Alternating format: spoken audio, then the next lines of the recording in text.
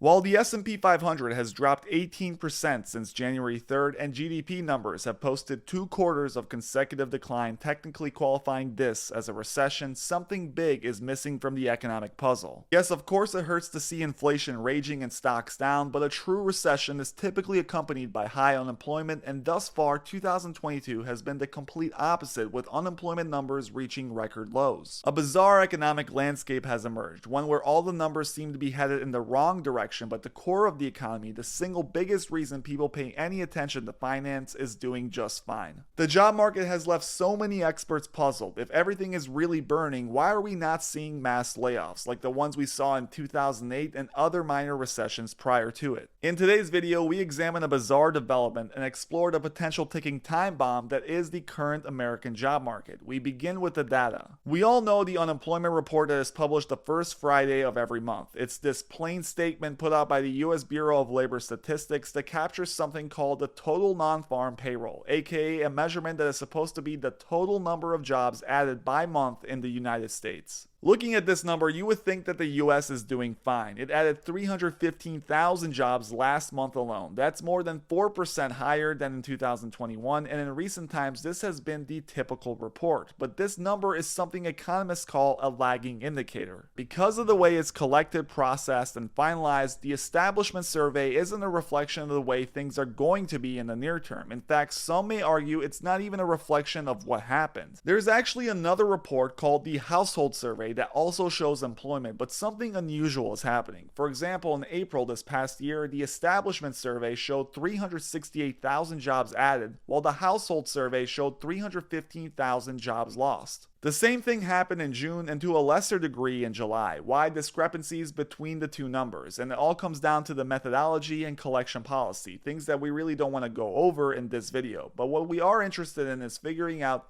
where things will be 1 year from now. Are there going to be mass layoffs? Well, there are a few statistics that throughout history have proved to be effective leading indicators for job loss. One of the best is overtime hours worked. Typically, companies will first cut hours before they lay people off, and you can spot this trend in the data. We have this stat going back to the 1950s, and in almost every case of job loss, there is a downturn in overtime hours worked prior to it. You can see in this graph that we have begun our plunge down. Since peaking in April of last year, there have been less and less opportunities to work over 40 hours. If this trend continues, you can look to similar situations throughout history and see what typically follows is mass layoffs and economic trouble. The truth about the post-pandemic economy is that it was a fake one. Numbers pushed by inflation, PPP loans, and various other government-induced stimuli made it difficult to judge what was real growth and what was a drug-induced mania. For example, real wage growth, which measures wages against inflation, shows a massive jump in 2020 before once again collapsing, reaching almost 2019 numbers in the most recent report. This is the perfect showcase of what is really happening. While the economy begins to adjust to this reality, it's going to take some time before the full effects of such a downtrend replicate throughout all industries. To zoom into one that is already feeling the effects, look no further than white-collar tech jobs. Indeed.com is a job search website that actually publishes daily data that the Fed uses to create this graph, the number of job postings for software developers. With the base set at the number of job postings starting on February 1st, 2020, you can see that we've had a massive rise following the pandemic lows before topping out in March and beginning our descent until today. If this kind of pace continues, the number of job postings for developers will go below the 2020 number by Q1 of next year. That's a fairly shocking development considering that so much of the economy is based around companies who rely on this exact job title to create their profits. It can even be argued that every company in the world today has become a tech company, and you'll be hard-pressed to find even one example in the S&P 500